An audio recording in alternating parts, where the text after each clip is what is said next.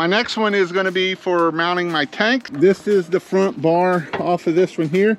It goes here. It can't, we have to go there. This will not fit in here like so because we're tight there, but we got way too much. So this is designed to be on the inside of there, and we'll mount that one first, and then we'll figure out where our tanks are going to be at, and then we'll mount this other one right here like so. And we'll kind of give it a little bit of snug, but we also don't want to be crooked like this because in our other tank. So we want to make sure that this one is obviously, we can make sure it's easy to make sure we're square. This one we're going to also want to make sure we're square. And how can we make sure that we're square? Put the other tank in there so that way if something's wrong, it's not. The other thing I'm going to do here is both tanks, there's going to be a little bit of extra space. I may slide both tanks over to the right a little bit, being that we got all the reel and all that's going to be weighted over there. And then that way, if I can have me a little space here, or I might do the opposite and move everything over this way and have a little space here. So that way, right now, this is just an empty ledge. If you wanted to put a toolbox and it actually come in here, it wouldn't hurt nothing. So I'm gonna probably try to push these tanks over this way, or I might just keep them in the center so that way it keeps my weight distribution.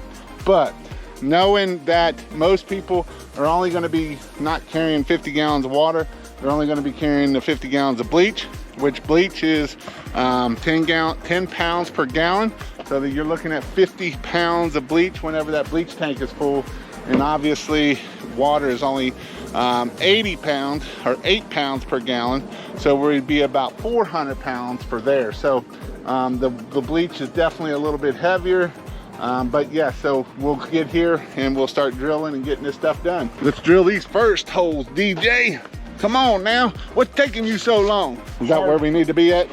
Hard bit, well, yeah, it was pretty much in the middle. In the middle of it, all right. Drill it, baby, drill it.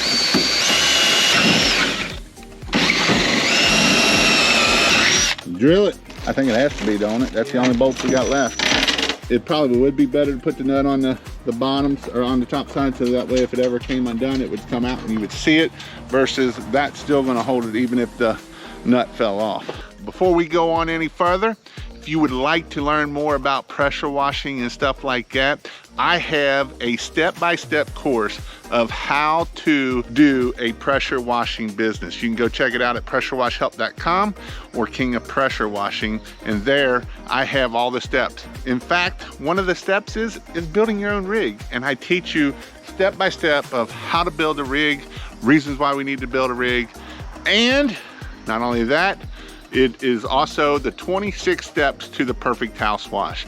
I give you all 26 steps to make sure that you do a perfect house wash every time and you do every step, so that way you hit everything you need to do, like marketing, like taking before and afters to cover your tail, and all of that is detailed in there, so make sure you go check that out. We got a little impact wrench here, electric.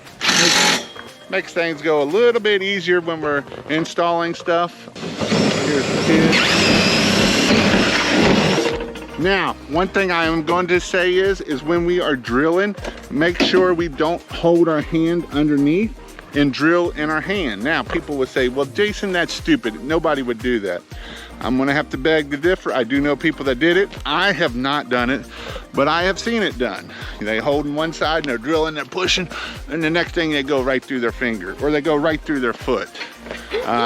Just be careful when we're using power tools. And I know that a lot of people be like, well, if you don't know that, you don't need to be in business. And I also understand that there's a lot of people that have business smarts and don't have technician smarts. And at the end of the day, I'm gonna have to tell you guys, the business person is probably gonna get a little further than the technical person, because technical person only gets us so far. And again, that's a book called E-Myth. All right, so we got that first one down. I gotta come over here, put our tanks in. His gas tank. Yeah. I'm gonna assume it's on this side, but I'm assuming, and what does assuming do? And we're gonna be kind of tight on there, so that way we can do something. You can see that this is gonna have a space, so if we can move one or the other, I'm probably gonna put a piece of angle across here from there to there, so that way it can't go one way, because if we do however we do it.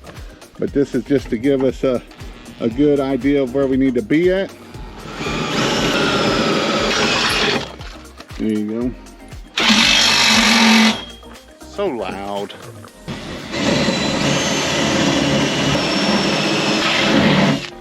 And again, safety first.